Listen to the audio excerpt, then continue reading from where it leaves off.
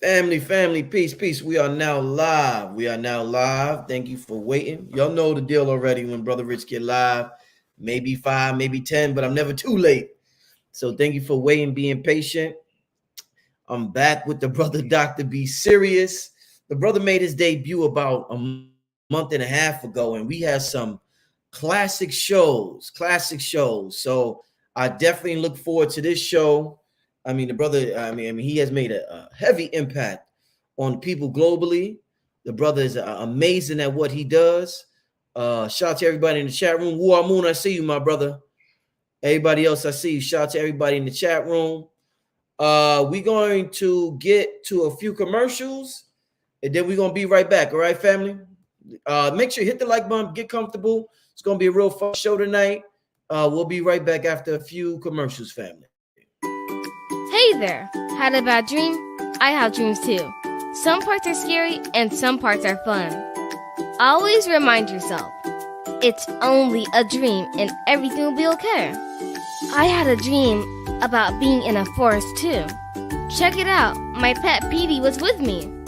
Order your copy of Kayla Petey and the Forest on Amazon today. Hey, Brooklyn, New York, are you ready? August 27th, King Simon will be there. Etoy Hairston will be there. Alison Nedra will be there.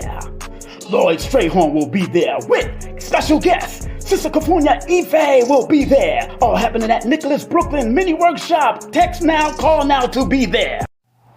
Hey, this is King Simon, the International Numero Beta. Remember, get all my books on Amazon or go to Linktree/King Simon, the Numero Beta. And remember, don't forget to book my sessions at 347-496-1022. Book now. All right, give me 1 second, fam.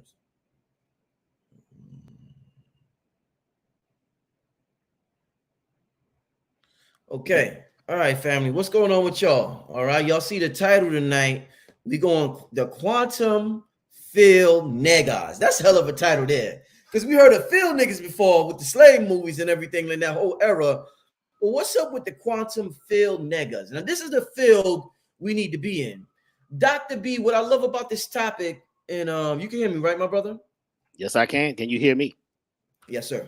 You know, you're always crystal clear, so I definitely can hear you.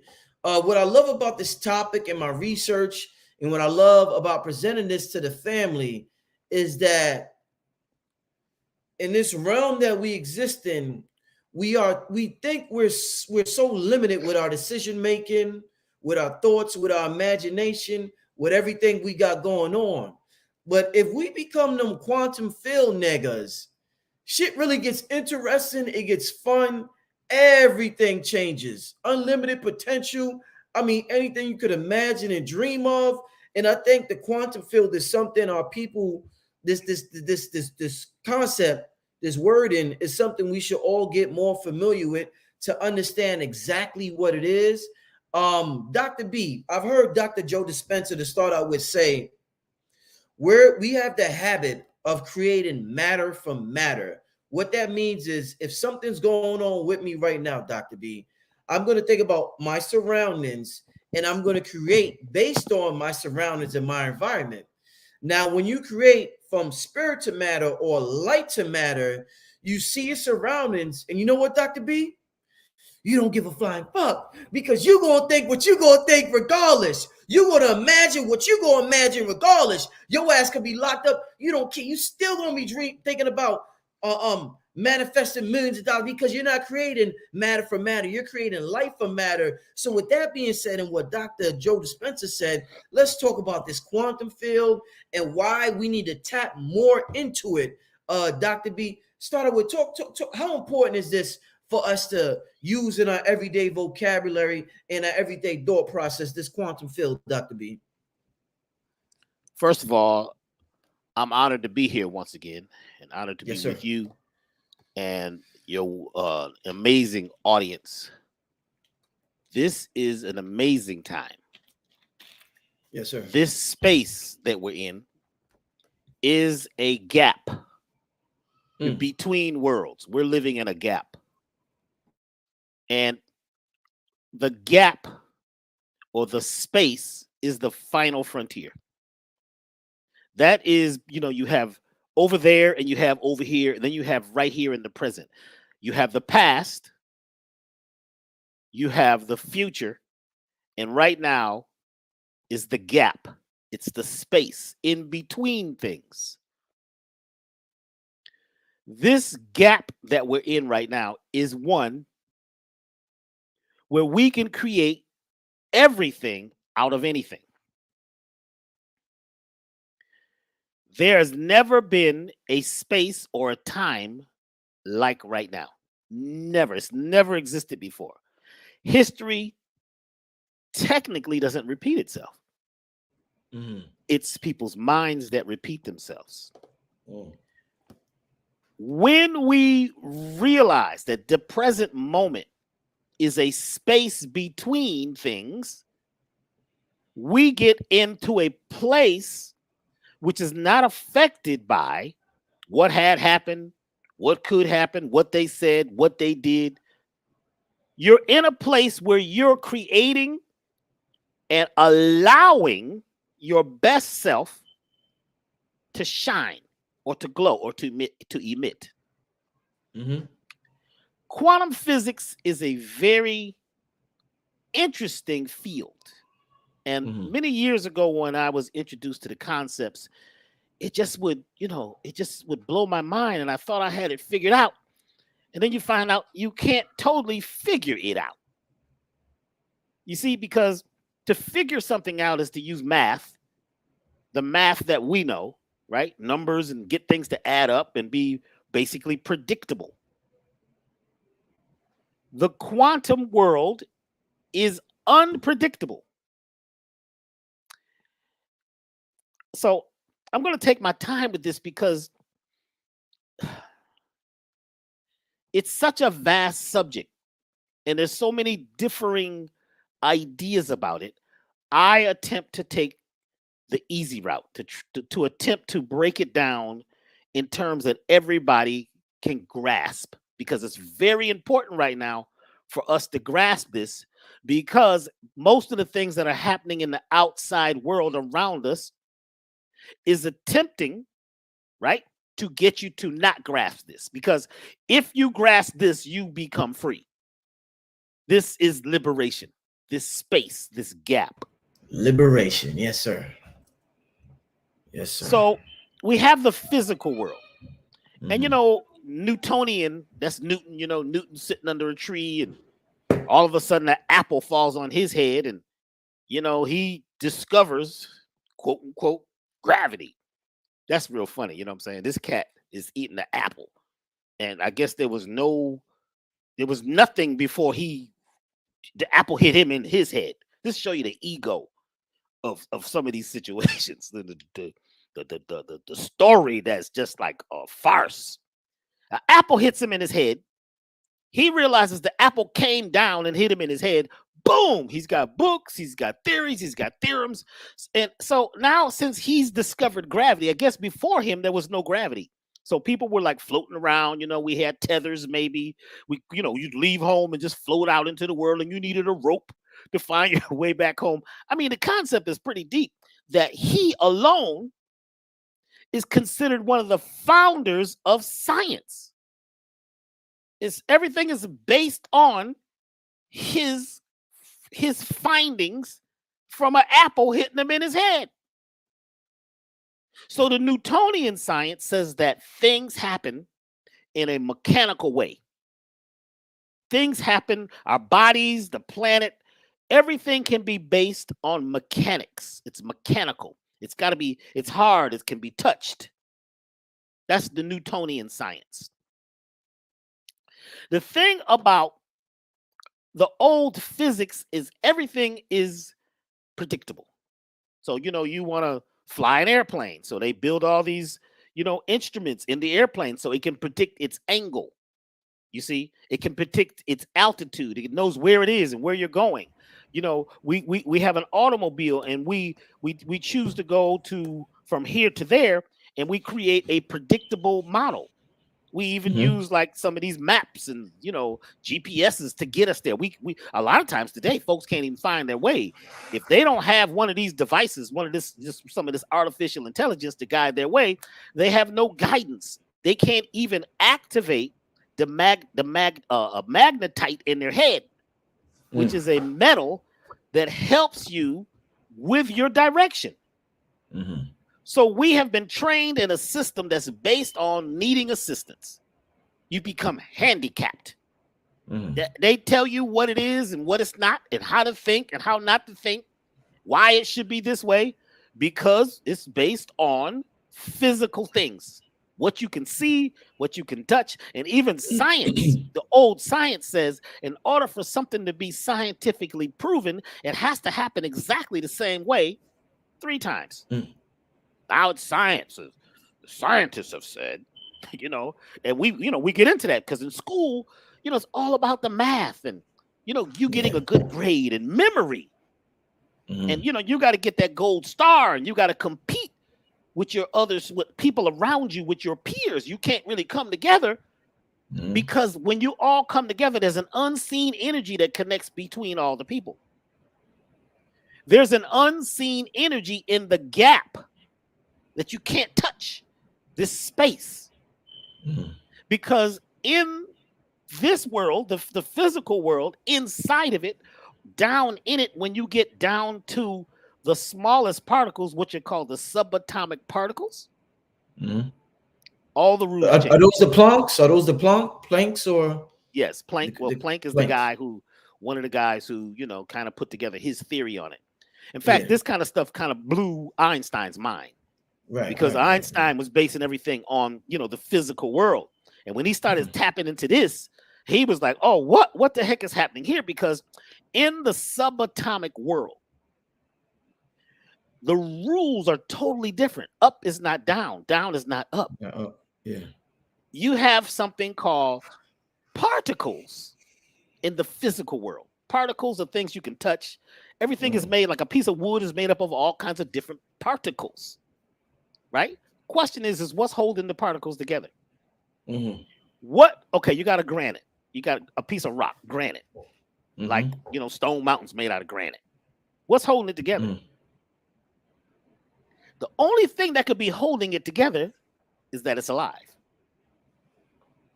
The only thing that can hold a piece of metal or a piece of wood to attract its particles that are like it and stay in the shape, it has to be living some kind of way. In this world, they have found this space in between things called the gluon space or the gluon state. The gluon state is an unseen force that holds like particles together. It's like glue. They're glued on. The gluon space. This is why certain people like certain people, because there's this energy, this unseen force that pulls them together. It's like affinity. There's chemical affinity, there's vibrational affinity, there's these different things that pull things together. When we're in the studio, right? So let's say you and I are working on a project together. There's an unseen force, an unseen vibration that holds us together. It's an affinity. We're in a gluon state. If you bring a third person in that doesn't agree, and they start saying, I don't like that beat, man. You know, let's do another beat. And they got this other kind of attitude. They can, if we allow them, they'll change the space. You're right.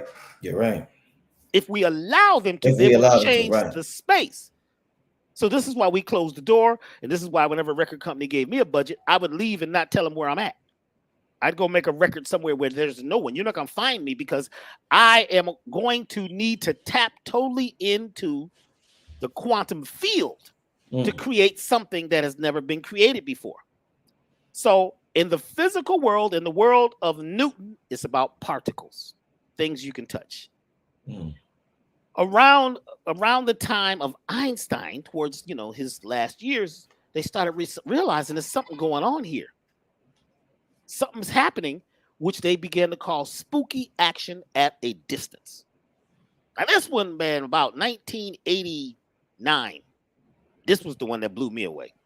The heck you mean spooky action at a distance? Is this some evil stuff? Is this what they're talking about?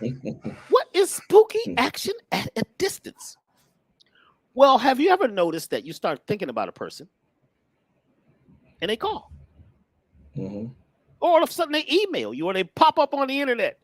I was just thinking about you, man. That's crazy. Or you're sitting there, right? And all of a sudden you start thinking, oh, the phone's about to ring. And it rings. Or there's a group of people. There was a drought in Los Angeles. And it was in the early 2000s. It hadn't rained. It was like maybe late summer, and it hadn't rained all year. They were rationing water. You couldn't water your yard. They was telling you how many times a day you could flush your toilet. Otherwise, they would shut your water off. They were rationing water. No rain. Well, one of the people that I studied very well, you know, my name is Dr. B. Sirius. So that comes from a whole Dogon system. One of my teachers was a Dogon priest, Dr. Kweku Ando.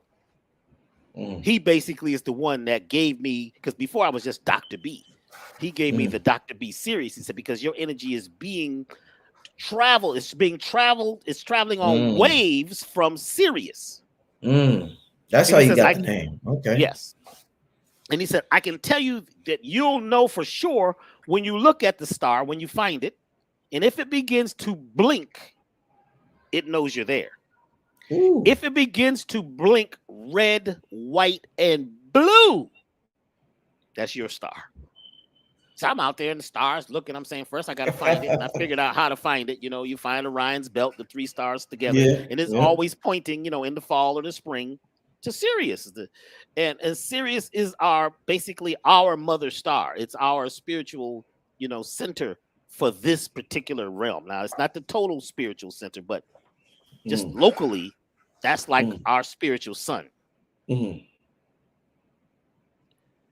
This is deep. I'm in Los Angeles.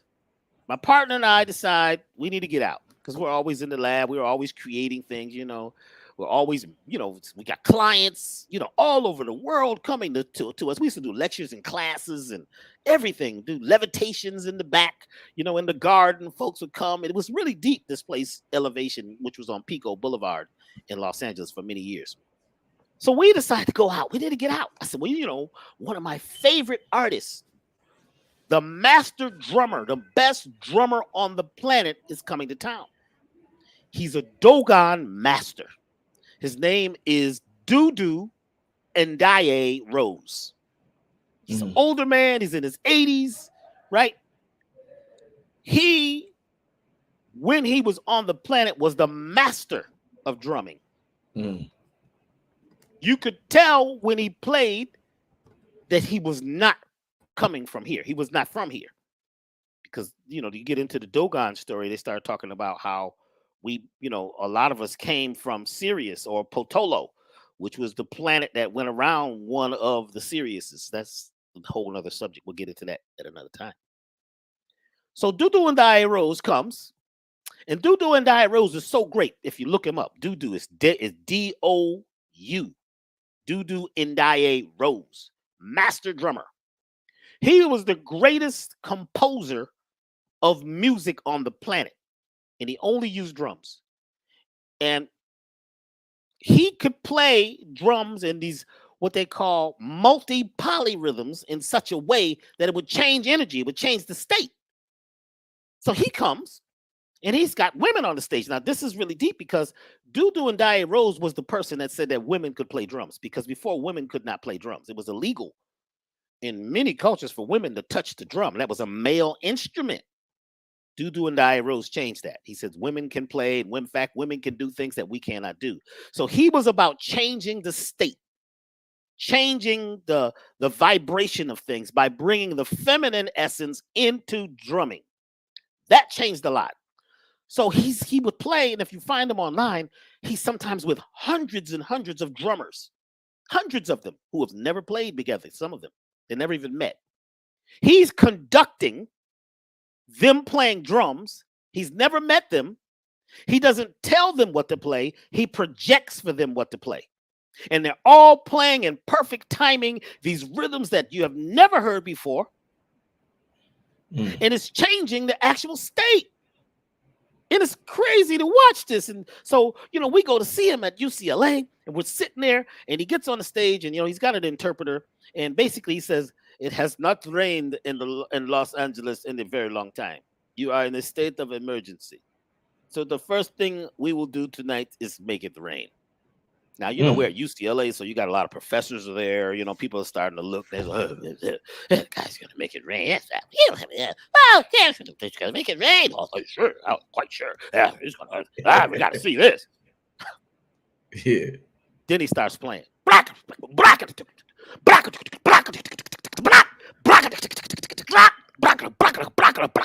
then all the drummers, they all start playing this rhythm. And the people in the audience start going, like something starts happening. You can't even feel your seat anymore. The room goes dark. And he takes everybody into the quantum field. The room disappears. When we left, first of all, when we left, everybody was in tears. In fact, when people left, they didn't even talk. Nobody's really talking. There's nothing to say. You can't explain this. You're not going to be able to explain this to anybody what just happened because he's changed your state.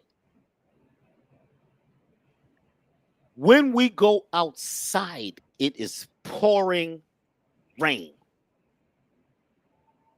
Now here we are. We live in North America. We believe in science. It's on the news, and it's proven. It's got to be proven. We got to prove that the physical world is physical. Because if we don't have the physical world, then we can't control things. Because that's the whole thing about, them wanting to control the physical realm and get you to believe totally in the physical realm. Because if you believe in the non-physical realm, if you know about the non-physical realm, if you could travel through the non-physical realm, you become free. Do and die rose. Change the state.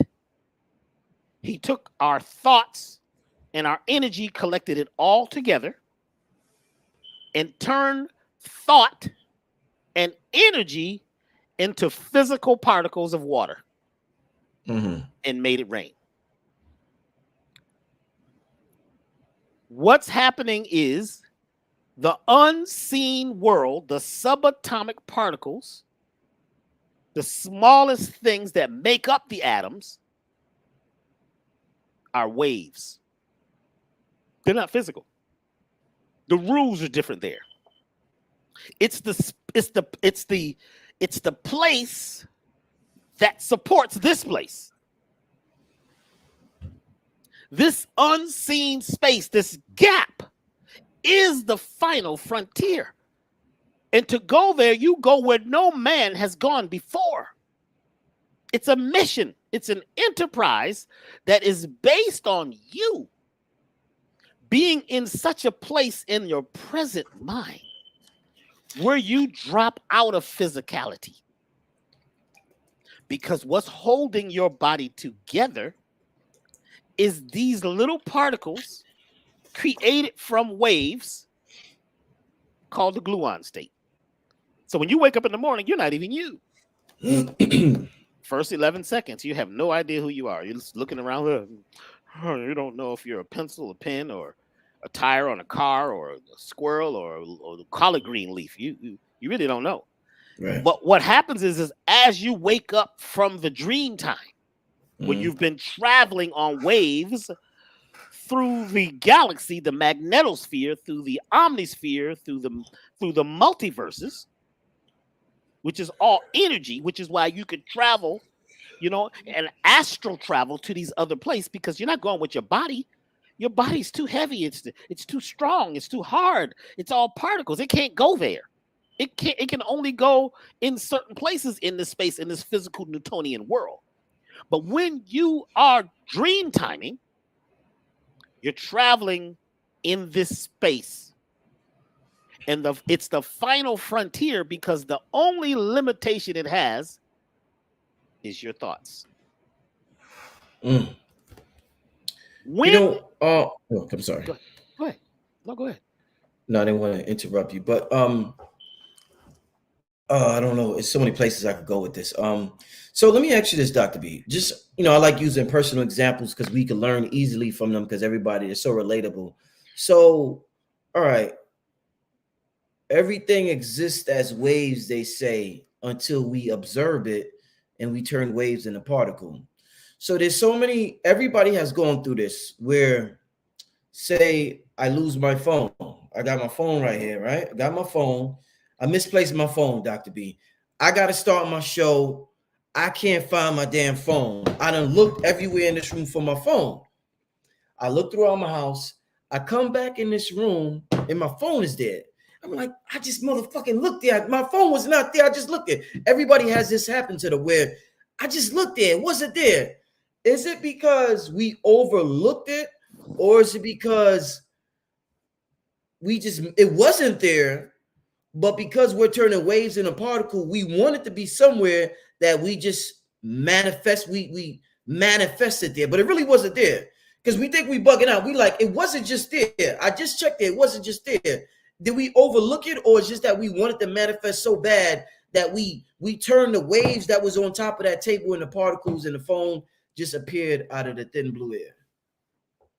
I know that might be that. I know that's crazy, but I mean, it's not. It's not. First of all, the phone is only there because you are creating it and agreeing. There's a contract that you have with the things that you know, that you think you know. Uh-huh. You have agreed that this is a telephone and that you could call somebody. Now, 30 years ago, I would have handed you this and you would have looked at this like, what is this? It wouldn't be a telephone. You couldn't call anybody because you didn't know how to swipe. You didn't know anything. Right. Now there's agreements to the point that a little child that has never even seen an iPhone or one of these phones that you swipe, you hand it to them and they swipe. Because there's this agreement that the phone, this is what this is. This is what we do. We focus on it so much, it becomes real. You're observing the ideas that you've been given so much, and you have so many references in your head for your world that it becomes real. People believe in stuff so much, it becomes real, and it matters. Your thoughts matter. They materialize. See, thoughts are electrical. Electrical energy moves out. It's doing things. Electrical energy is all your thoughts are trying to go do things for you. Waves, right? The subatomic particles are magnetic. You see, feelings, let's make it like this. Thoughts are electrical, feelings are magnetic. Yes. So you're thinking something. And that energy goes out and it sees things like your eyes are not, energy is not entering your eye. There's a really good show, a BBC documentary called Light Fantastic. And it breaks down how the Catholics, they wanted to control sunlight, time. They wanted to control the perceptions of everybody. And there was a man, a Muslim brother who they had in prison because he wanted to tell the truth that the eye was not seeing. It was actually sending a ray of our beam out, right? And creating and bringing the energy back that it created. Your eyes are seeing because you are looking for something that is familiar to you. You were looking for your phone. Your phone was there, but then it also was not there. You had such an agreement that it was there. At one point, it was there, but then you left and you actually changed dimensions. You went to another space.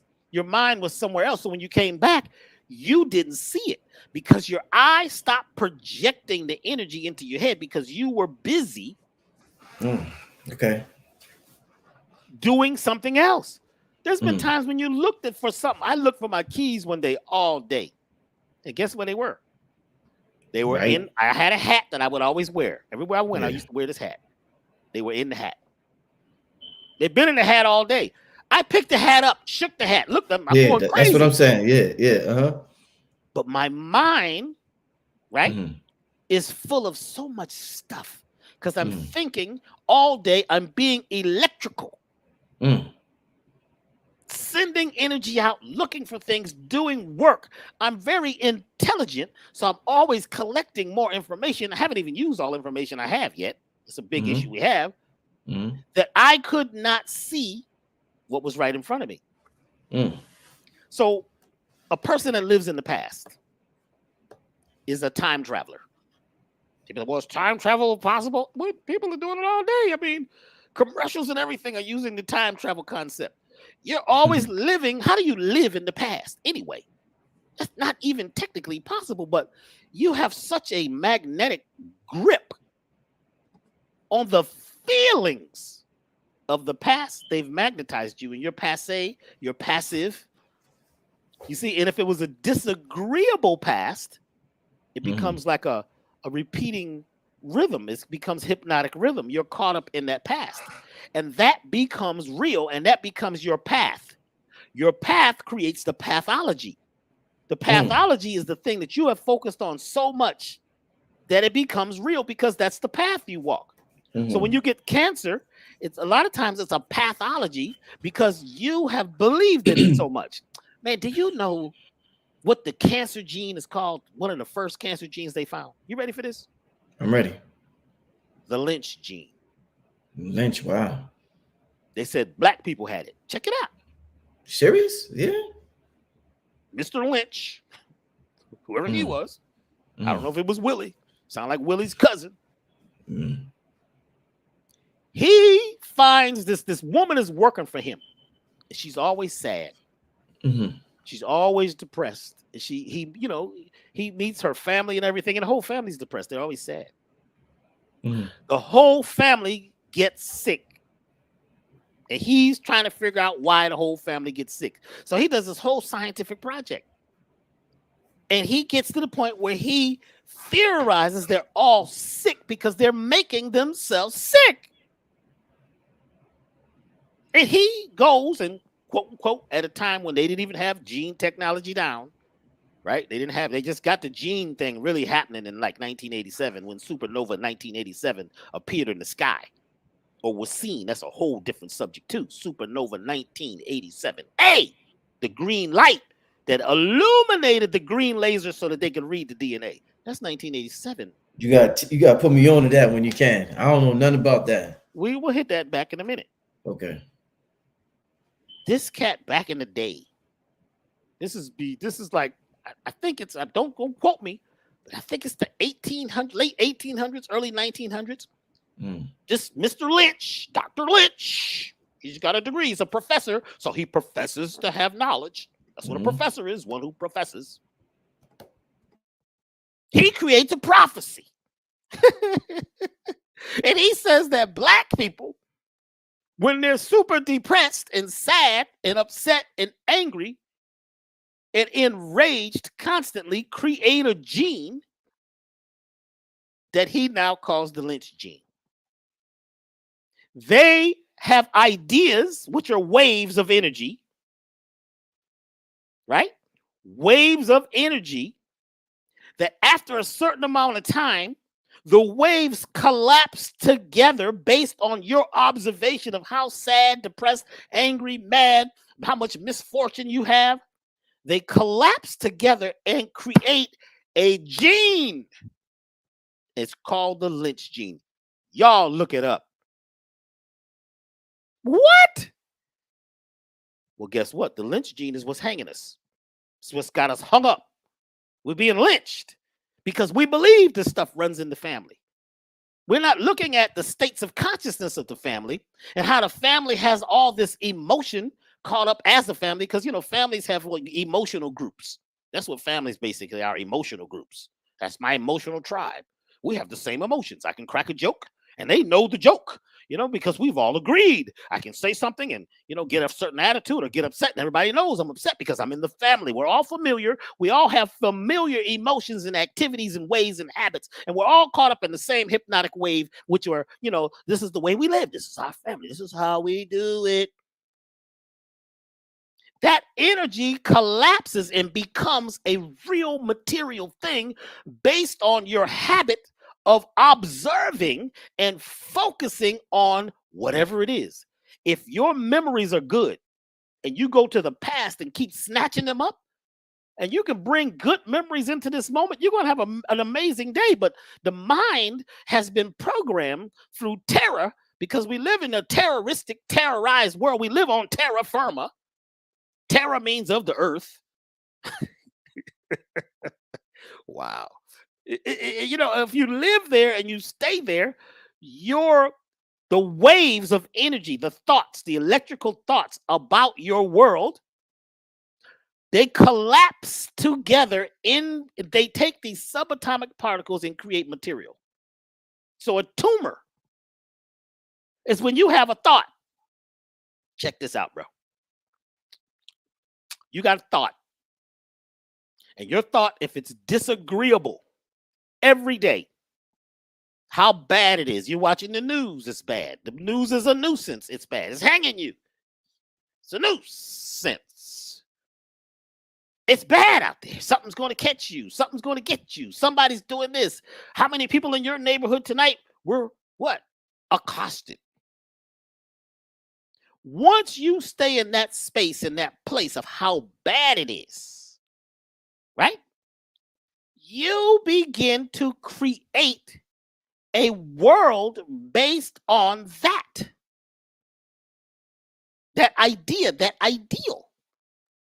So what happens is a couple of your cells begin to spin backwards because cells spin. So certain cells, we won't get too technical, certain cells spin to the right. They spin like, in the northern hemisphere, things spin to the right. In the southern hemisphere, they spin to the left. That's the natural order. And these cells are spinning to the right, and they're moving towards righteousness. They're moving towards recreating based on your idea of life, if your idea of life is good and agreeable. When you have thoughts over a certain amount of time that are disagreeable, your cells lose their direction. And they begin to go retrograde because you're thinking about the past in a disagreeable way. You're having retrograde thoughts to the point where your cells begin to follow the leader. And the cell begins to spin backwards. Then all of a sudden, the cell goes through cell mitosis. This is when one cell divides and has two little baby cells. The cell, what do you think the cell that's spinning backwards, that's in retrograde, creates? Two more cells that are spinning retrograde. And what do you think those two cells create? Two more cells that are spinning retrograde. And what do those cells create? Two more cells that are retrograde. After a while, the body says, we got an emergency. We got a bunch of cells that are like free radicals. They're out there. Or, they're not, the liver cell is not acting like a liver cell anymore. The liver cell has broken off and is hanging out with the kidney. This ain't supposed to happen. But it's happening because your thought process is so retrograde. It's so degraded. It's so caught up in gravity. And it begins to create, based on those emotions that are in motion, because emotion is energy in motion. It begins to create a retrograde environment. The body sends off an emergency and begins to wrap up this group of cells with a material, right, to try to hold it together, to bind it so that it doesn't affect the rest of the body. Remember what I said, two cells, they create two more cells, two more cells, two more cells. This is a tumor. Now, I'm talking about in the body. Imagine your thoughts. One disagreeable thought, what do you think it does? It has babies. And it creates 2 more disagreeable thoughts. And 2 more disagreeable thoughts. And now we got this, this expansion happening. You know what I'm saying? At a very fast rate. So all of a sudden you have this idea, which is built of 2 more, right? It's a 2 more of retrograde thinking that the past is going to what happened now, when it cannot. You can use some of the material and ideas there to be in this space, but now the space that you call the gap, which is the nowhere or the no place or the no thing, which is where right now is full. It's full of your thoughts and feelings from some other time. Now, let's say you also got the other illness where you're living in the future. This is how they got me caught up going to college. This is why I still owe to college. Because my father, his thing was you got to go to college to be something. So I went to college. Well, I only went for 2.5 weeks. I left pretty good, pretty quick. So I don't owe that much. But guess what? It was all about the future. What kind of career you can have. Once you do this and you learn these things, you can get a job making $25,000 a year. You can make $40,000 a year if you get a such and such letter behind your name. And if you get these 3 letters behind your name, you could make $80,000 a year. They be serious with this. You know what I'm saying? You got to go to college. I'm looking up at the college one day and I said, who's that guy's name on the college? Yeah, they said, well, he was a guy. The school is named after him. Did he go to college? Well, no, because it was in the 1800s. They didn't have any college. He got his name on a college. He didn't have any college education. I'm sitting up here trying to get educated with a man that's dead who didn't have any college education. I'm being educated and I'm being caught in a wave, right? A wave that's going to turn into a particle based on the future. I get, the thing that I went to college for hardly even exists now. I went to school for, electronics, to be an electronics technician. There's very few electronic technicians unless they're working on old equipment. Now they got parts changers. If something's broke, change it. Just replace the whole thing. Nobody sits down on the circuit board. Well, there are some, but very few. So the future, which has not happened, is a mystery. It hasn't happened yet. In fact, when that future comes, they call it today or to now. When it finally gets here, when it arrives. Once you get to the place in the space where you have done this thing called displacement. Displacement is where you've created a place where you're not pondering and thinking and creating from the past. You're not pondering and thinking from the future. You're in the now time. In the space where there is a place that has never happened before. Once you're in this place, you can make it rain. You can create sunshine. You can create wealth, good health, prosperity, love, harmony, and liberation. Because in that space, when you're there, you move from your physical body into the unseen world, into the subatomic space, the field where anything is possible. It's called the field of possibilities. The unified field says that there's a field out there. Indeed. There's an open field. It's a canvas that you can paint and create. In fact, you're doing it every day.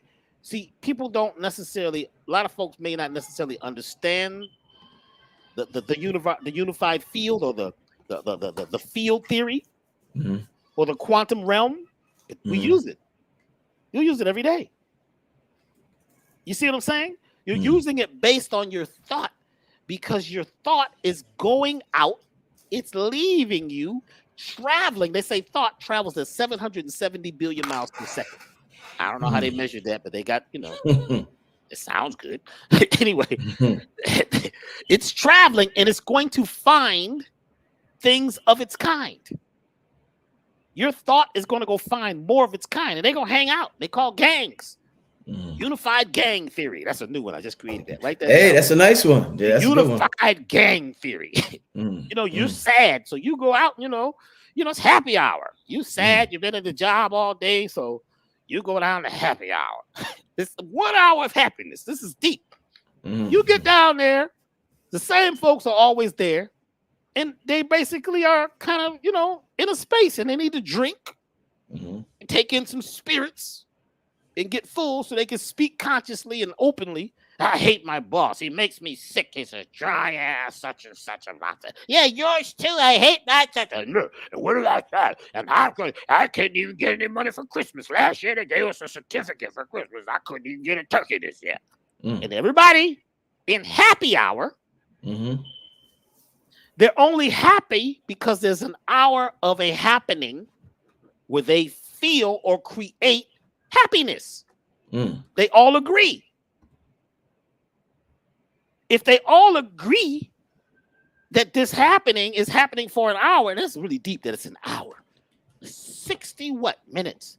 You get 60 minutes of happiness. You worked all week. You got 60 minutes to be happy with some folks that's sad and to drink this stuff or to do something that you can all agree together to be to immerse yourself in, what had happened and try to create joy out of misery. So you collect together. You that's my spot. I go there every Thursday night. I go to happy hour. They got a little food out, little shrimps and, some other little arthropods and, some dried chicken and some, they got something in that pickle jar. I went to the club and one time they had the jar sitting there. I said, what's those things in the jar? They said, those are mountain oysters. So what is a mountain? They got oysters in the mountain? What do I know? You know what I'm saying? Boy, look, young boy from Connecticut, you know what I'm saying? Yeah. He said they're mountain oysters. I said, well, where's the oysters in the mountains? They said, oh, you stupid boy. Those is cow testicles, and we got pig testicles too. I said, what? They had that in the club? In the club, pickled. Damn. Next to the pickled feets. That was blowing my mind. You start getting high drinking, you drinking at the club and things start moving differently. And you look at that pig foot, there's a pickled pig's foot in a jar. This is okay too. Damn, what club you was at, man? Shit. The little clubs, little Elks Club, little spots, what I'm saying? They got bowls of peanuts and things, eat you some aflatoxins and sit up and drink this, wine that might have sulfites in it. And you're agreeing with these people. It's dark, it's dingy. There's a moose's head on the wall and the moose is looking at you. I mean, this is a wild thing, man. This is how I used to live. But I had a perspective view on everything from another point. But what happens is if the people are all in misery, but they sound happy and they're laughing and they're playing music and they're dancing, but they're using something to create a state that they're really not in. When they crash, they really crash. And you call these your friends now. These are my friends. And a lot of times they might be, friends only because, y'all all agree to not like something together, or y'all agree to like something together. But you may not totally agree on everything, but these things you agree on. So you collect all this information, and now you push out into the universal field the ideas of agreement. Because, a lot of times at the little bar, as the TV is on, the news is on, they don't even have the sound on. It just, CNN is on. It's going by, you know what I'm saying? And they're showing you all this stuff you're drinking. So the blue light from the TV and the music and the smell of wine and sweat, it becomes familiar to you. I'm not saying that it's bad. I'm saying that you need to know where you're at in your space. Once you begin to create, what did I call it earlier? What was the name? Unified gang theory. The unified gang theory. You begin to group with other people who think the same as you. Those people have collective waves or collective thought patterns that travel out into the unified field theory, where the particles collect together and create material. I've got to go here for a second. Mm-hmm. So the scientists are looking for the God particle. This was years ago. Mm-hmm. They said we need to find the smallest particle. Mm-hmm. They found it. They thought they found it. Mm-hmm. When they found it, there was only one. This is where it gets tricky. Going down the rabbit hole. There was one particle. They had it in the lab under this, subatomic microscope or whatever they used to see it. Mm-hmm. So let's say this is in Florida.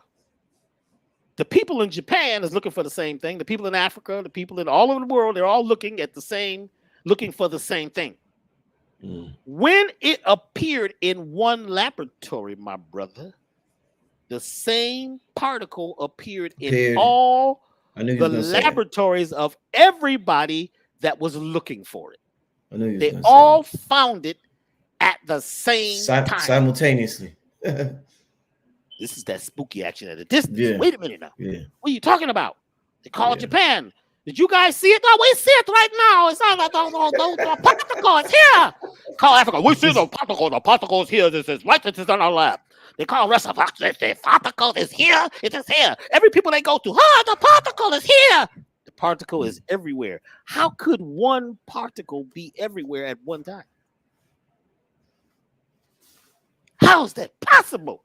From the Newtonian mind. Mm. When the particle moved, they couldn't tell you what direction it was moving in or how fast it was moving. But when it moved in one lab, it moved in every lab. Mm. When the scientists thought, I wonder if it's going to move to the left, it moved to the left. Mm. I wonder if it's going to move to the right. It moved to the right. But in every lab, they were thinking different thoughts, and the particle was doing exactly what they thought about. Mm. Then they figured it out. The particle, which is only one, they keep talking about subatomic particles, is one. Based on who is seeing it, who is perceiving it, it unfolds and expresses itself, and it changes from waves into particles and creates your world. They call it the God particle. Whatever your perspective is, it creates more of that. Mm.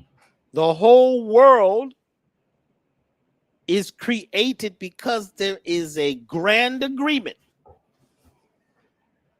between all the people here. Mm-hmm. Now this gets deep because that goes back to this oneness thing, that there's only one. Everything is connected in oneness. We're all one. Now, when you go out in space, they look back at the Earth, it's a little tiny ball. It looks like just one little ball, one particle in space.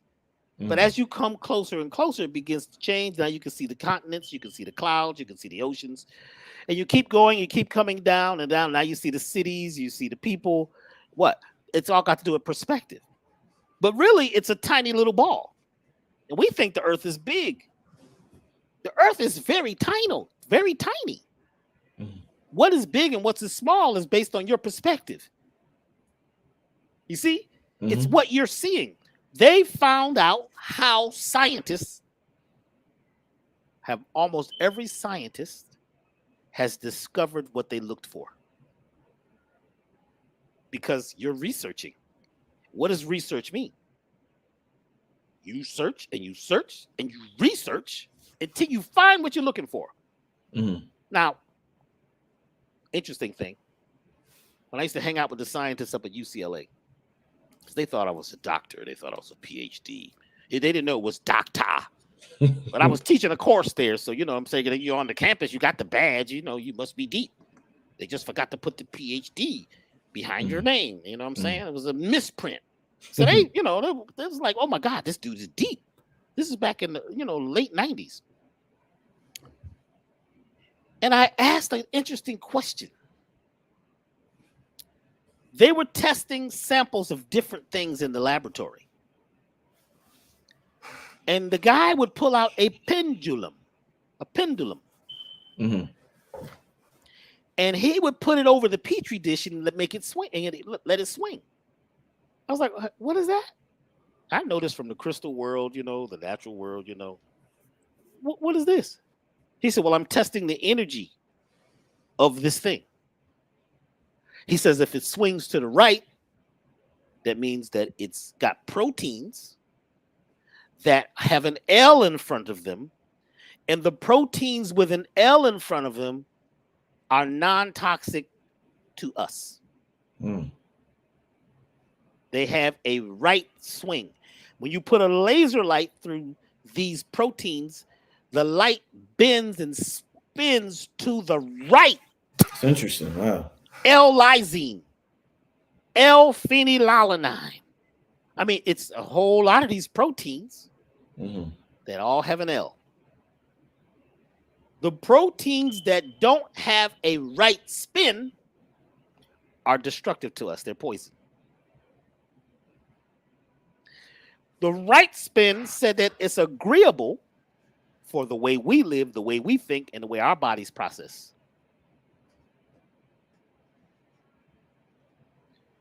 If the pendulum spins to the left, this material is toxic.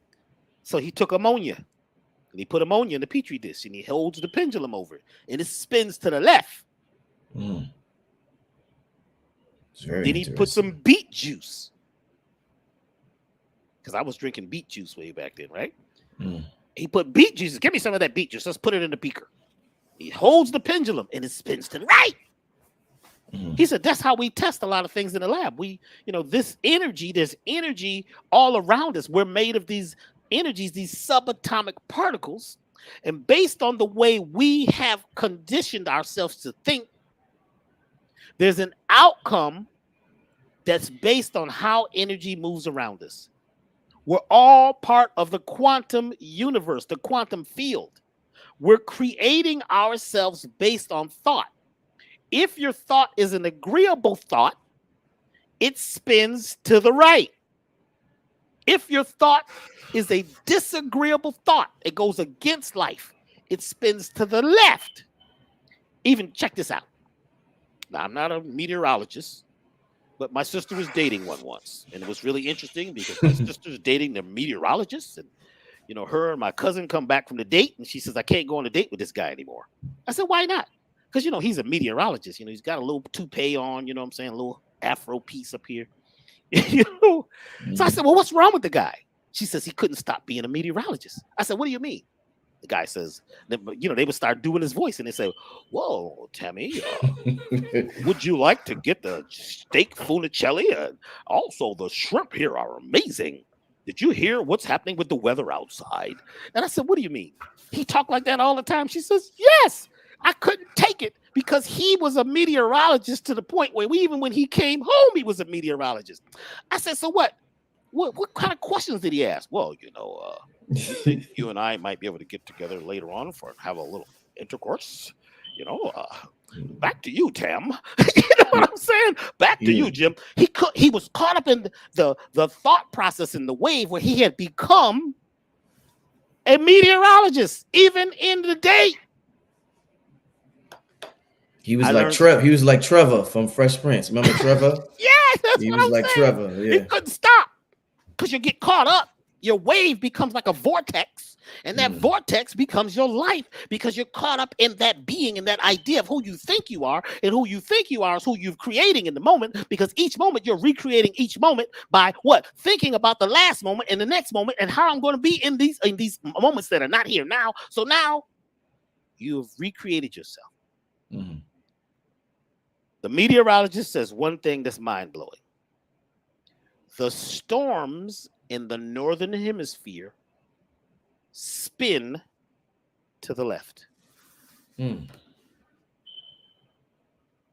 Now, not a meteorologist. Somebody out there might be. Check this information. And in the southern hemisphere, the storms spin to the right. The left spin, things spinning to the left, many times are destructive. Mm-hmm. Funny thing, brother. You know, lately, what they've been having these mega storms in the last few years. Mm-hmm. Did you know that these storms have both spins happening at the same time? Mm. The top of the storm is spinning one way, and the bottom is spinning another way, creating this vortex like an hourglass, like water going down the drain. When the water goes down the drain in the northern hemisphere, right, it spins to the right. Mm. Do you know when it gets to the other side, what it does? It spins to the left. Mm. The southern hemisphere water spins to the right. The spin of things, right, has a lot to do with the energy caught up in the world we've created. If you are super creative and you're in the moment, you're in a natural spin, a natural vortex, a natural space, you are creating something that has never happened because you're in the present moment, because you're in the right spin. Mm-hmm. Energy is moving to the right. Those proteins are creating energy to the right, and you become righteous. What was that in the Bible? The lady said, she said, well, you know, Jesus, he cast his fishing nets to the right. I said, well, he did what? Cast your nets to the right, is what she said. Cast your nets to the right. Wow, that's deep. Because the right, the right has to do with intuition. Mm.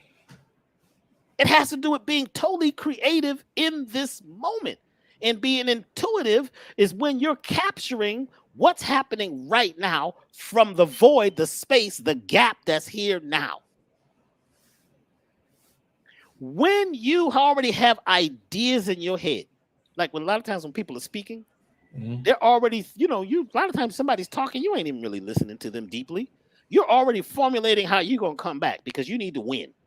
I need to have the last word. You know what I'm saying? This is actually self-harm you're doing because you're really not present. Self-harm is when you're not present and, you are not guiding yourself towards the things that you truly desire that can help you become liberated. So you're sending information out into the quantum field and you're saying that I expect things to be bad. I expect to be a victim. Listen to most of the language that we have, brother. Most of the language that folks speak is all destructive and disagreeable. We speak the language of disempowerment. We talk about how bad it is 80% of the time. We talk about the problem 80s. I very seldom do I hear the solution. It's about how bad it is and what they may do and who's supreme and who's not and who started it and who did what to who. Well, what happens is, and I'm not saying that those things didn't happen and they may have been traumatic and terrible. What I'm saying is that in this particular moment, in this second, you can create a space where no one has gone before and recreate everything once you can get to this space. And one of the ways you get there is by breath. Something happens, you had better breathe deeply. Somebody says something to you, you better breathe deeply. And the first rule is don't take it personal. Get the book, The Four Agreements. Very powerful book. Don't take anything personal. I'm even talking about your own thoughts. When you start talking about me, like people start talking about, when I see clients and I'll ask them about what's going on with their life and they explain the past and they keep saying I always, and I went down to the river and my father and my life and I. You keep collapsing the waves, right? Because they're waves. They're not even here now because if something happened in the past, it's not particles, it's not solid, it's not material, it's ideas, it's waves.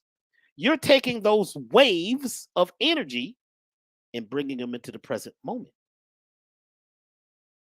When you do that, you're collapsing something that is only an idea. It's like a ghost. It's misty, watercolored, misty memories of the way things were. And a lot of times you don't even have all the we don't even have all the evidence from the past. I might ask you, what color were you wearing? And was it raining that day? And you can't remember, but we remember the most, right? The things that are anchored in something extreme. We can pull that back up. All the details we may not be able to pull up because we've got caught up and collapsing waves, ideas, or potential energy and bringing it into this moment. The unified field, or what we call the quantum field, is responding to your thoughts, your ideas, and your beliefs. If you believe that it's bad out there and it's getting worse every day, because that's how they broadcast. They broadcast how bad it is, how rough it is. If that's 80% of your thought, then guess what? You're haunted by your own doing. So Nelson Mandela was incarcerated for how many years? Was it 20-some years? Yeah, I don't remember exactly how many. When he goes into this solitary confinement, I mean, he only got to come out minutes a day or whatever it was. He had no pictures, no books. He's just in a room. If you look at the film of him going in, when they're taking him in, he looks bad. It's rough. You could tell. It's a rough time. How does he come out looking younger? He's thinner. He's focused. His eyes have this look in them. And he goes, and within a very short time, goes from solitary confinement in prison to becoming the president. He took over. He changed the state.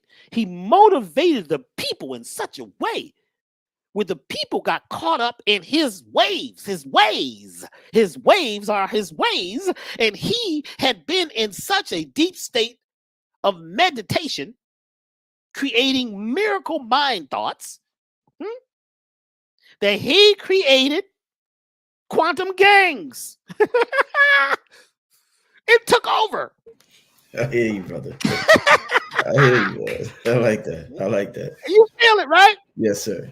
Don't y'all be out there trying to copyright my stuff. I already got my people already in the night. When I said it, I got people writing. They're sending it to wherever. Put it in a letter and send it to yourself. Poor man's copyright. Do a rich man's copyright and a poor man's copyright. Just don't eat a po' boy sandwich, because now your mind says I'm po, and all I can eat is this po food. See, the stuff, what they name things also can get you caught up. Facts. See, somebody said, well, Dr. B, you're grown now. Now you gotta be make sure when you get out there you vote Democratic. That's what my cousin said. You gotta vote Democratic. I said, why? Because see, the democracy,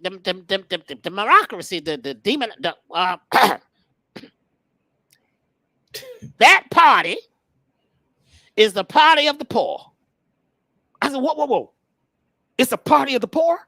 we back to happy hour again. Yeah. Drinking and drunk. It's a party of the poor. That means instead of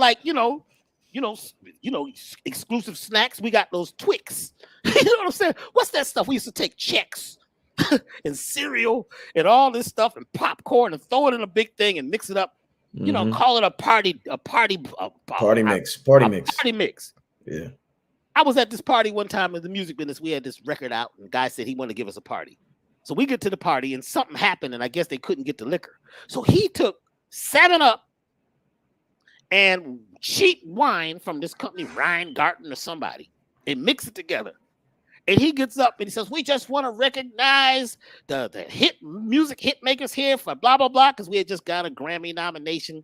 And he holds up this stuff and he says, champagne for everyone. I told my boy, I says, what is champagne? Did he say champagne? He said, champagne for everyone.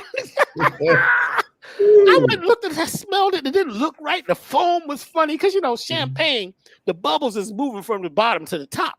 Mm-hmm. This stuff had bubbles that was moving erratically, and it was dropping to the bottom. It had a different spin. It had a different spin on it.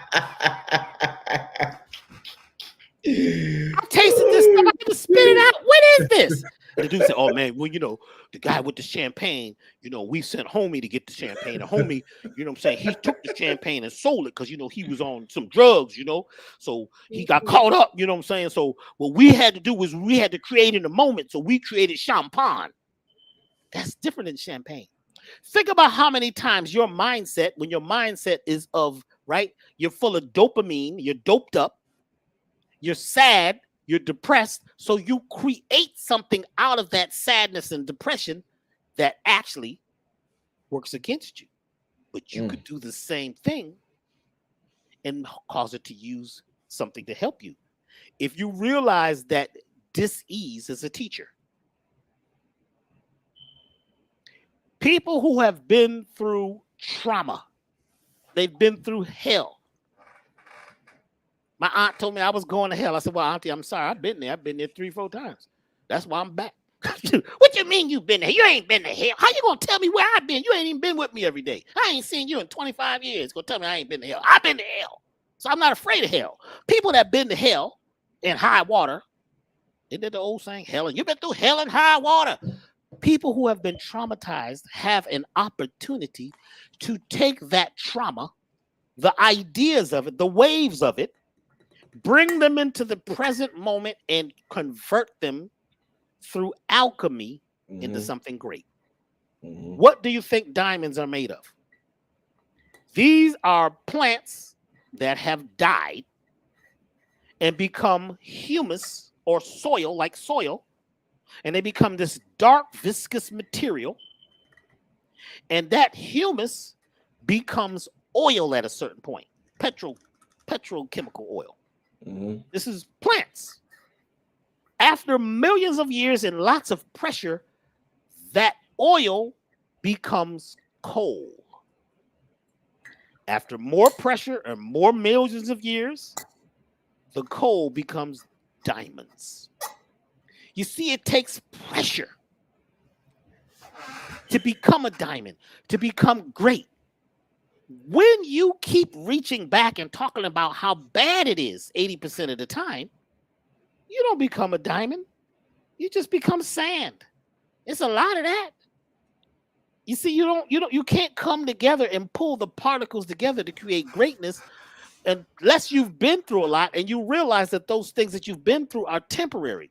When you realize that that's temporary, see, that's not the solution. That's a temporary solution, right? What you do in an emergency is not a solution. It's just a temporary solution. The food that you ate, here's an interesting thing, brother. During what they called slavery, people had to eat emergency food. They took the low parts of the cow and the pig and the chicken and they made chitlins and flavored things up and called it soul food. That's not the original soul food, by the way.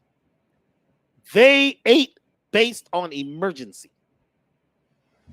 And they flavored it up and used herbs to actually make it safer. So sage was what they used with sow. Sow is cow, pig, to create sausage. Because when they put sage with the pig, it killed off some of the trichinous worms. Ham, they put cloves in it. Why they put cloves in ham? Because the cloves would help to melt the eggs of the trichinous worm that were in ham. They put a lot of things like thyme, right? Thyme, it helps to kill certain bacteria, but thyme also does something different. Thyme creates a space. The herb thyme creates timing because time, wow. This herb pulls from the soil certain minerals that feed your thymus and your timing center, your hypothalamus, your pituitary, and your pineal. This is the herb thyme. If you're getting real time. Now, a lot of the time we get now, they didn't have enough time to let it grow right. So they just put it on a farm through agriculture and watered it and made it grow. But in places where thyme grows wild, like in the Caribbean, you see what I'm saying? That soil has iridium in it. Iridium is the mineral that gives you your timing factors.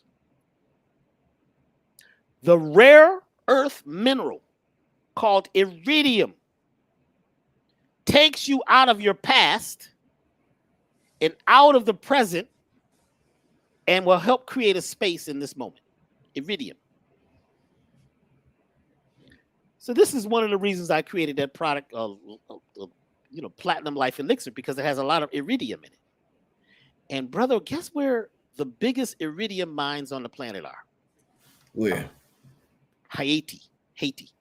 Mm. You want to know why they're doing what they're doing to Haiti? You might think, well, because they broke out of slavery. Yeah, that's a problem too. You're not supposed to break out of slavery like that and kick, big time generals' butts and send them home naked. You know what I'm saying? But the soil, excuse me, in the earth, they found iridium, which is the time clock for integrated circuits. All computers have clocks in them. Your cells are computers too. They have clocks in them. So a lot of what's happening, Brother Rich, is our timing is off. Because we're living in the past, which is out of time. We're reaching towards the future, which is not in time. So that we have a challenge creating a space where we can create everything. And that space should be something that creates a magnetic solution for your condition. So, I was, studying this for years. And, I made this product, Platinum Life Elixir, right? And I gave some to Dick Gregory. And he's like, man, let me taste. What is this, man? I said, well, it's got rare elements, right? And I'm giving it to Dick. And he says, I said, now just take a little bit. And he says, this was good. Dick goes and gets on the stage. He's supposed to speak for 2.5 hours. 4.5, 5 hours later, Dick is still speaking. They kept telling him his time is up. It's holding up postcards. He said, put that postcard down. I'm not done. He was dropping so much science. It was off the chain. Afterwards, I said, Dick, what happened, man? He says, man, you gave me that stuff, man. That stuff is amazing. He said, what's in it? I says, it's platinum, iridium. He says, it's got iridium in it? I said, it's got platinum, iridium, gold, palladium in a high spin state. He says, it's monoatomic? Yes, monoatomic. Monoatomic particles or monoatomic elements are these noble elements that act differently than any of the other metals. They superimpose the mind where you can project yourself anywhere. And most of it is around the equator. Now, you go around the equator, you meet people, whether it's Jamaica, wherever they at, they own some special stuff. They know when stuff's happening, it's going to rain tomorrow. The sun is out. How you know the rain is going to happen? Because they got a barometer built in. They know what you're thinking. They know what you're feeling. They're using the whatever they can. I mean, how does a little place like Jamaica have so many incredible artists coming out of it? How is Bob Marley affecting the whole planet even till this day? These people are supposed to be poor, but they're not poor in spirit. They're not poor of mind. They may not have a lot of material things, but they use what they do have to affect everybody. What do we call this again? Universal gangs. Unified gangs. Is that what I called it? I done messed my own name up now.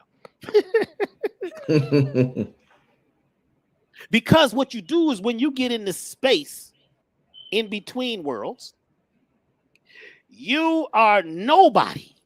You're no thing. When you get into this place in between, now you can recreate yourself. Every moment becomes real new.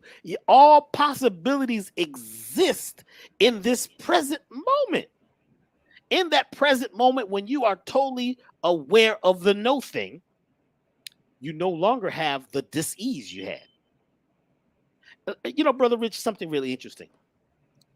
I was talking to Bruce Lipton, and he says, do you know, and I only talked to him, very short time, and he said something. He says, did you know that when people have an accident, let's say they have cancer or heart disease, and they have another accident. No, here, let me start again.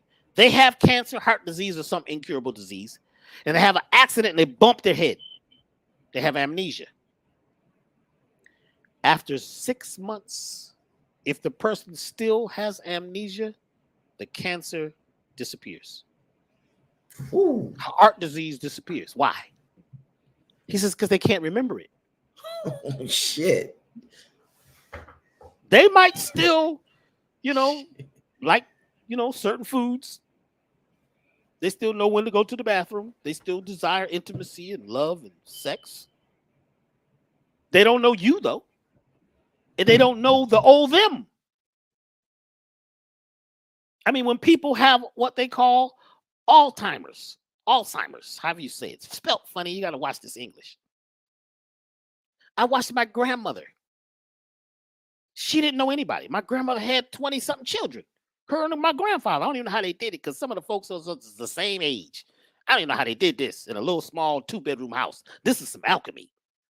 Sometimes all they had was big pots of greens and beans, and everybody ate. No matter when you went, they could eat. They weren't talking about how bad it was in the past. They were talking about what we have right now as a family.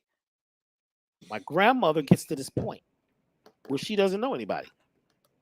And we're yelling, Grandma, Grandma, it's me, it's your grandson. I don't know you, son. Why are you talking so loud? You see, we in an elderly home here. They don't want to wake up Charlie down the hall because he's trying to sleep. I said, well, Charlie is your husband. I ain't never been married. Why would I want to be married, hooked up like that forever? I said, no, Mama, Charlie is your husband. I'm your grandson. No, I don't have no kids. I wanted some one day, and she can't remember anything. Well, she had some health issues that were before she had Alzheimer's. She didn't have them. She would get up and play classical music on the piano for the entire home. My grandmother never played a piano. Now, there was one in the house. Nobody played it. Folks always had like a piano, up against the wall. Nobody played it. The children would bang on it. The keys was all out of key. You know what I'm saying? Mm-hmm. My grandmother would play Beethoven and Bach with a James Brown swing on it. And she would be in there grooving on the piano, and everybody would be, her hands are moving. She's not even looking at the keys. She's just smiling and laughing and playing this music. And, whenever we came, she wouldn't do it. But one day, the nurses called because they would always tell my mother, she's playing music. It's amazing. You got to get down here. When you get down there, she's just kind of staring. One day we heard over the phone her playing this music. Everybody, we were crying. We couldn't believe it, man. How is she doing this? Because she was in the field of possibilities. She was out in the quantum field existing because she had let go of who she was. Mm-hmm. She wasn't anticipating what was fin to happen. Fin, that's what the words fin. You know what's fin to happen? What does that mean? Fin. She was in a space. She was in a place, a no place. She wasn't sick. She was so joyful. I never used to see my grandmother smile very much. Women back in the days, they had their mouth was always down. You know what I'm saying? Even when they said the prayer, God, please come down, and Jesus, it was always, the mouth down. Because you was, you went through rough, tough times. It was challenging and traumatic. Mm-hmm. The struggle was real. My grandmother didn't have any struggle because she couldn't remember. Now imagine you can get into a space, brother, where you have forgotten all about what had happened to you and who you think you was and who you are. And you're not focusing on the future. What happens is you leave your body. The waves leave you, right? The particles now turn into waves, like water waves.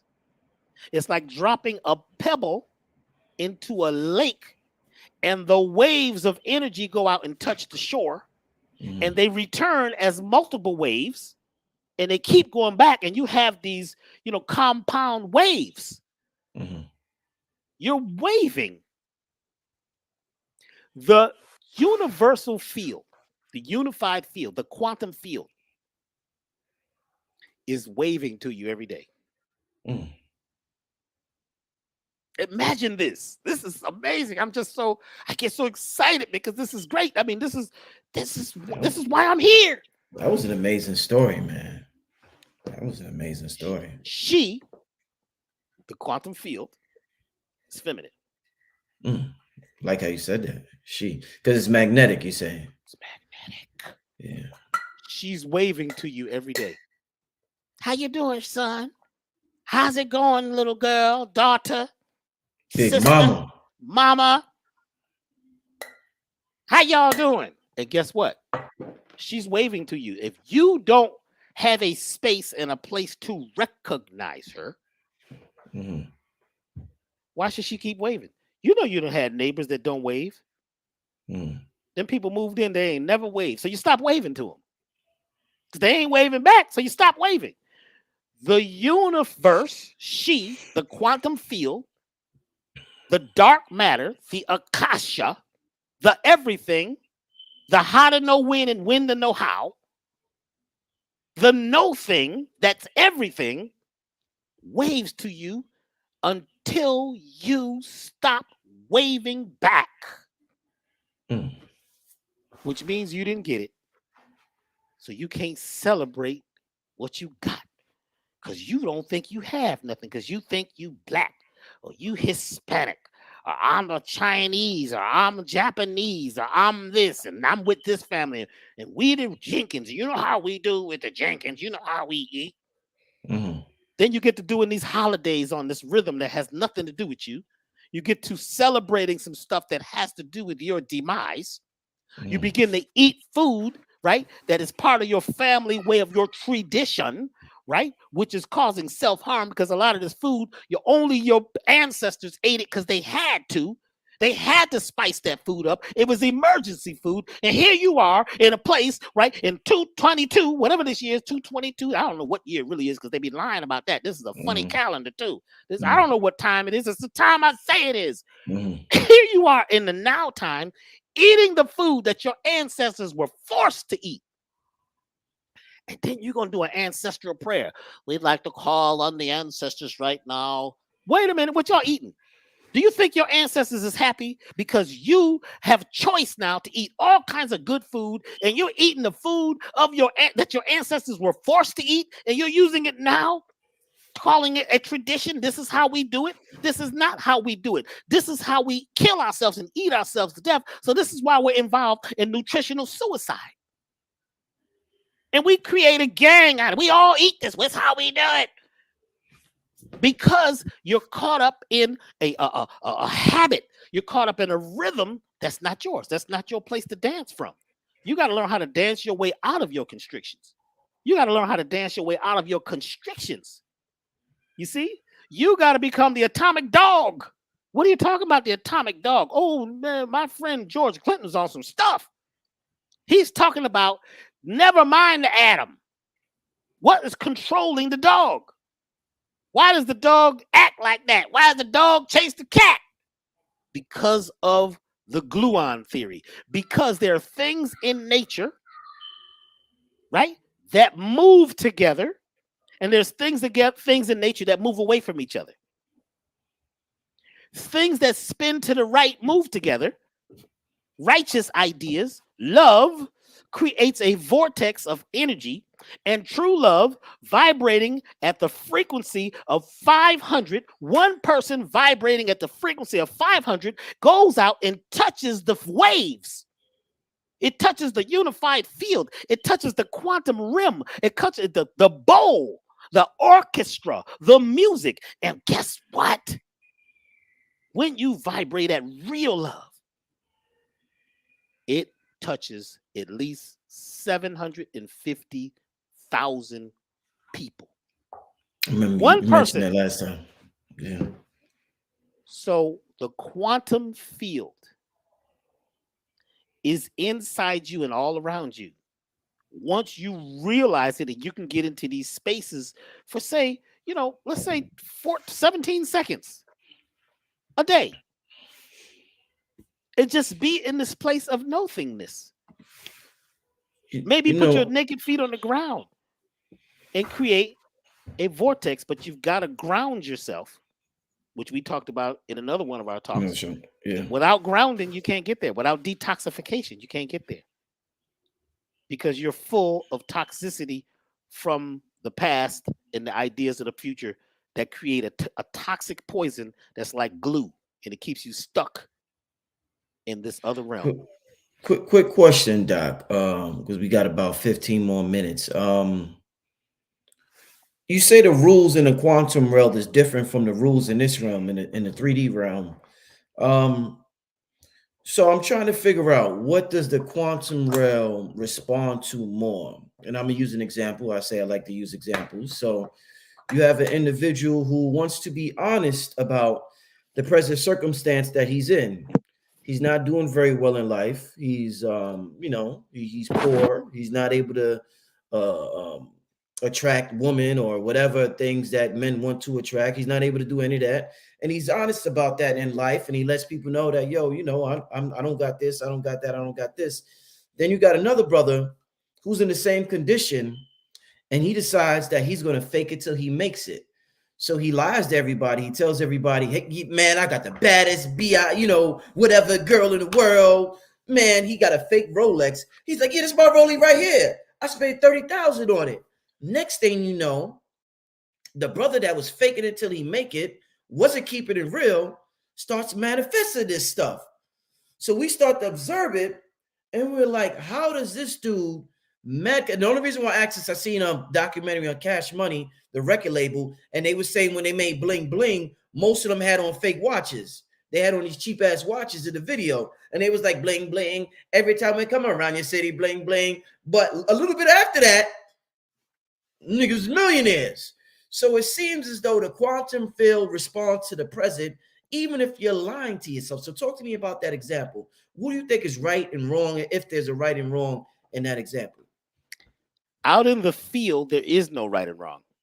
Mm-hmm. There only is.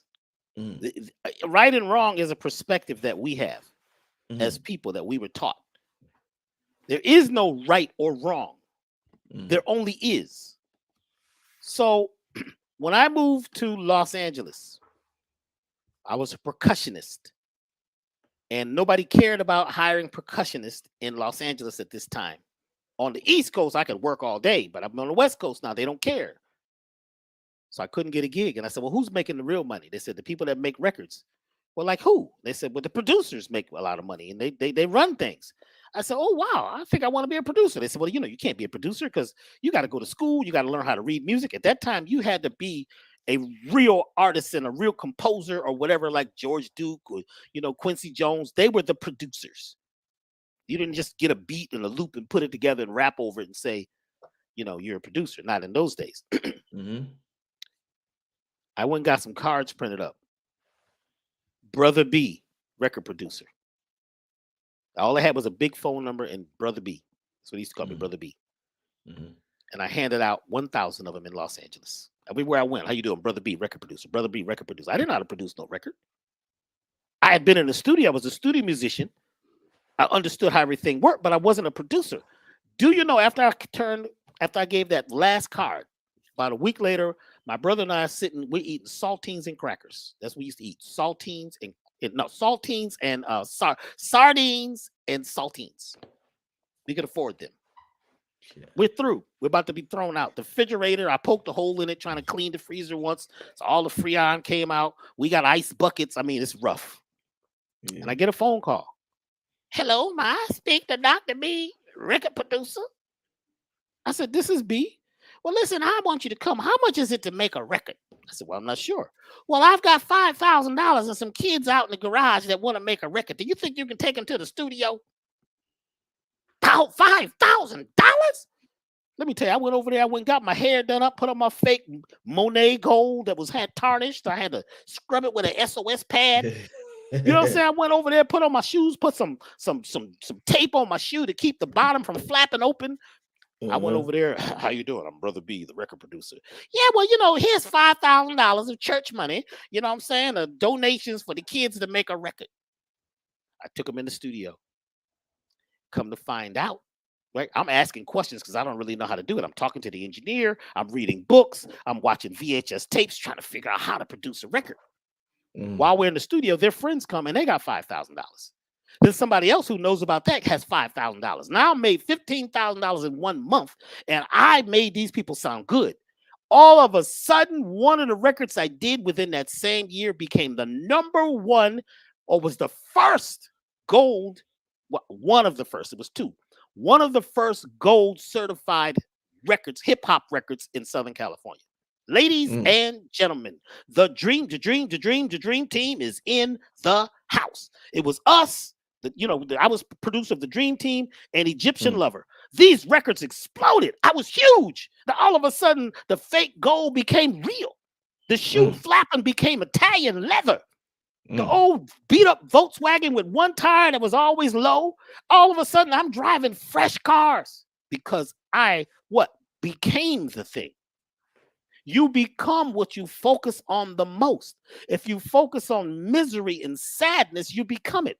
So a lot of the black talk today is about how bad it is and how strong the enemy is. You become a victim. Now, this becomes an excuse for you not to get out of your space because you say, I can't because of oppression. And oppression creates depression and repression. When you get out of that space and you say, I'm going to create from nothing. I mean, come on. We've created almost everything. You wouldn't have a vacuum cleaner. Think about the person. You think the person that made the vacuum cleaner and the broom had money? You use their condition to create better, to create more. Now we've been so conditioned, right, that a lot of times what we're doing is creating more drama and trauma. So yes, you for a minute or so have got to fake it. You got to be it. It's not even faking it. It's in your mind. You become it. Never mind what's going on around you. And the evidence, and you said the word, brother, real. Reality is a perception. Sometimes you need to get out of reality. You need to get a reality check because what you think is real is just the way that the quantum particles have collapsed together and became a material for you.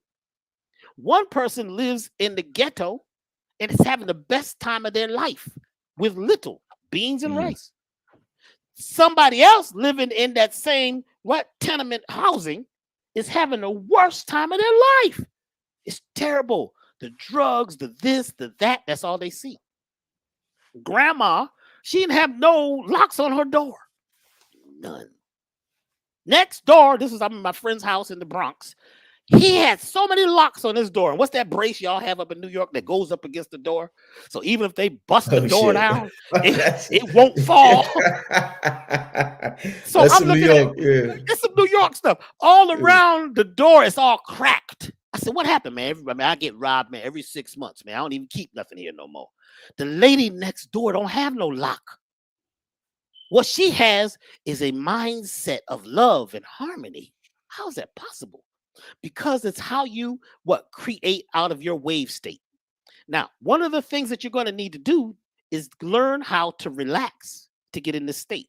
You got to calm your nerves because what happens, brother, is our sympathetic nervous system, which is picking up all the signals from the outside world, becomes overloaded. The sympathetic nervous system picks up everything from your senses. It's the one that's seeing and feeling all this stuff out here. The parasympathetic nervous system is the one that is not looking at what's going on out there. It's looking at what we would like to create, our best state. It's not thinking about the survival, which is because, the sympathetic nervous system is striking on the survival instincts. We got to make it. Oh, my God, it's rough out there. Is this going on? That's going on. Whether it's good or bad, it creates a lot of excitement, right? But the parasympathetic nervous system, it's the one that has a filtering network that says what's best for us based on your goal. What's best for us based on the goal you set up in your mindset. So if your goal is to live and be prosperous and to have harmony and create love out of the things that are not love, to take the trash in your life and turn your trash into treasure, to begin to be thankful for what you have and begin to wave back to her.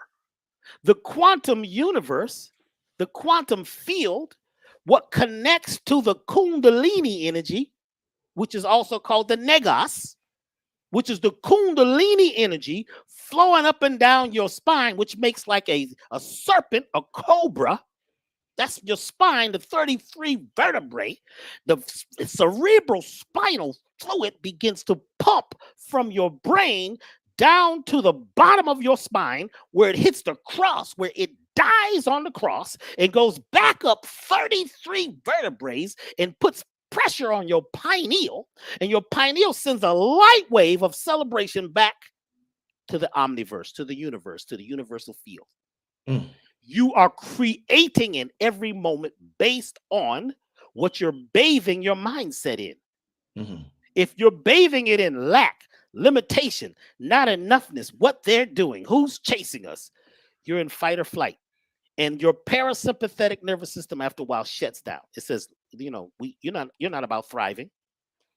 You're not about doing, so you got to learn how to reprogram your sympathetic nervous system and your parasympathetic nervous system to get them to work together.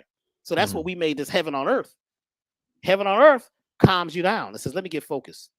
Let me create something out of nothing. Heaven on earth, it brings heaven to earth because you're living between heaven and hell. You're the conduit between heaven and hell. And energy comes in through the top of your head. It goes down through your core, down through the vagus nerve, and it hits, right? It hits your gut, and it becomes superimposed, shoots out of your legs into the earth. And then that energy comes back up through your body, through your core, back out to the top of your head. But guess what? A lot of people that can't do that. They have no flow. Why? They're goddamned. What do you mean? There's a dam in the river of energy between heaven and earth. And the energy gets stuck because you're so upset and so angry and so hurt and so traumatic. Your language is so disagreeable. You're doing self-harm to yourself every day because you haven't been taught how to recondition and how to do the alchemy. So the energy gets caught. So you're damming up the godness, the creativity, the creator in you. And you feel it in your gut. I just got something in the pit of my belly. I'm just mad. And it's okay to get mad at first when you didn't know. And you find out a bunch of stuff. Like I was really mad when I found out about Christmas and Santa Claus. I was upset for a whole year till I realized, wait a minute, I can make this work for me. But you have to burn that up through alchemy. You have to go through what they call calcination. Calcination is when you begin to burn up the things that are no longer desired to get down to the pure article. To get down to the pure article is the original you. And the only way you can get there is by creating this mindset in this space. And from this space, you can create everything. I've been teaching it for years. So many people who came to us with nothing. They had nothing. There was a lady came to our place one year and she had nothing. And she put $50 in the donation basket. She was so moved. And she didn't tell us. She just put her last money in the donation basket. She was so moved by the lecture. But she began to put in place the things that I was teaching. Do you know that this lady came back a year later and she had become wealthy? She had a new car. She owned apartments. I forgot. She created something out of nothing. And she came to me and she cried. She says, Dr. B, thank you. And she gave us a huge donation. She said, you know, when I was here last time, I put my last $50 in that basket. Because you said something about return. When you give away something, you know, say return 1,000-fold. She put $50 in the basket and said return 1,000-fold. And she got caught up in the emotion and the feeling of it. And she just knew that that was going to return. And it returned over, 1,000 times. So she made $50,000 by donating $50. But she did it in earnest with all her heart and all her love. And she let go of the past and all the trauma she'd been through. Because this woman had a terrible story. She said, I turned my story into gold and diamonds. And she said, now I'm teaching other people. When you realize that, the things that you've been through that may seem terrible can be used as fuel to create a beautiful new moment. As long as you start getting rid of your mental, physical, and spiritual parasites that are haunting you. That's my thing. Parasites, parasitic thoughts. They're eating you alive. The parasitic bugs eating you alive. Parasitic friends eating you alive. And doing things only for, effect. Like right now, they got folks doing things for effect. Yeah. And so, somebody told me, they said, well, Dr. B, how come you ain't in the record business? I said, because if I put out a record and it's on one of these, channels right now, right, I'm going to get 0.003%. The record company gets 70% of every dollar. I get 0.003.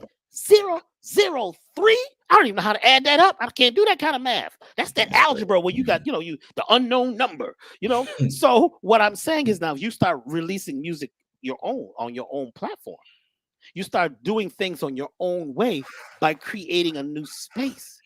You begin to tap into the field of possibility. What I am teaching is how to tap in to that realm.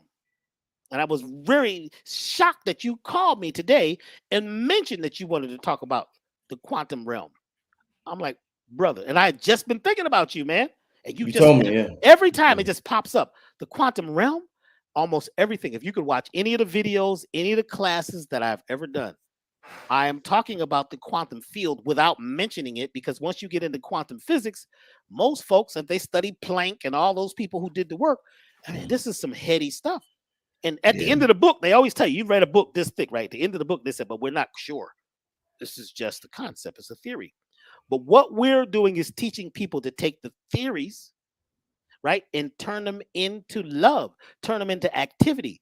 You would like to be wealthy. How many people have we helped become wealthy? I'm looking at the awards sometimes, seeing people who, we've worked with, who are there, and we're happy and we're joyful. There's people who are herbalists today and, who do the metaphysical work, who have come through our classes, not just us, but there's a whole lot of us who have taught. And when you're looking at, a lot of folks been calling me lately from your channel, and they've been saying, man, we ain't never heard of you, Dr. B. Where'd you come from? I said, man, I'm old school. I've been around a long time, but I'm not trying to be out there and famous like that. I'm looking for the people who are the seekers, who are really going to do something. Don't just call me with some talk. You're not ready to do the work. And sometimes the work is you got to be ready to get rid of yourself. We got to rewrite your code and get out of the artificial intelligence. I'm doing a class on this on Saturday. I think I haven't even put it all together yet, but it'll be Saturday. We'll be talking about, the field of possibility and how to use these principles to get there. Very important topic. I definitely want to do. We'll probably do when Dr. B comes and drops it like this. We be having to do a part 2, so we might have to do a part 2 next week. I mean, this was an awesome episode. Something our community, the world needs this, but we've been lied to a lot with religion, and we got this oppressive mind state, this poor righteous teacher mind state going on in our community. So to hear this from this brother and to hear about the realm of possibilities and how rich and abundant the quantum field is, I mean, it's just amazing for us to know. We're going to get to the part 2 next week, most likely, family. Dr. B, before I get you to leave your information, if you enjoyed this program, family, speaking of donations and the lady giving 50, make sure you hit a Brother Rich Cash App. We got like 3,000 of y'all in here. Make sure you hit up the Cash App if you appreciate it. I definitely appreciate you supporting a channel that supports you with this level of information.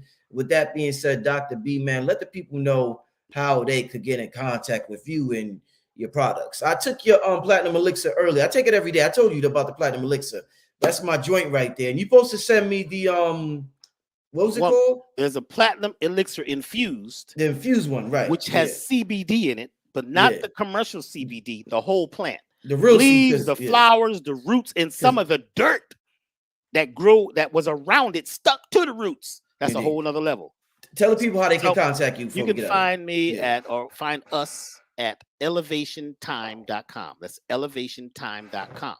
I go to elevationtime.com, get on the email list, because within the next day or so, I'll send out an email of how to get to the class that we're doing on Saturday, the field of possibility.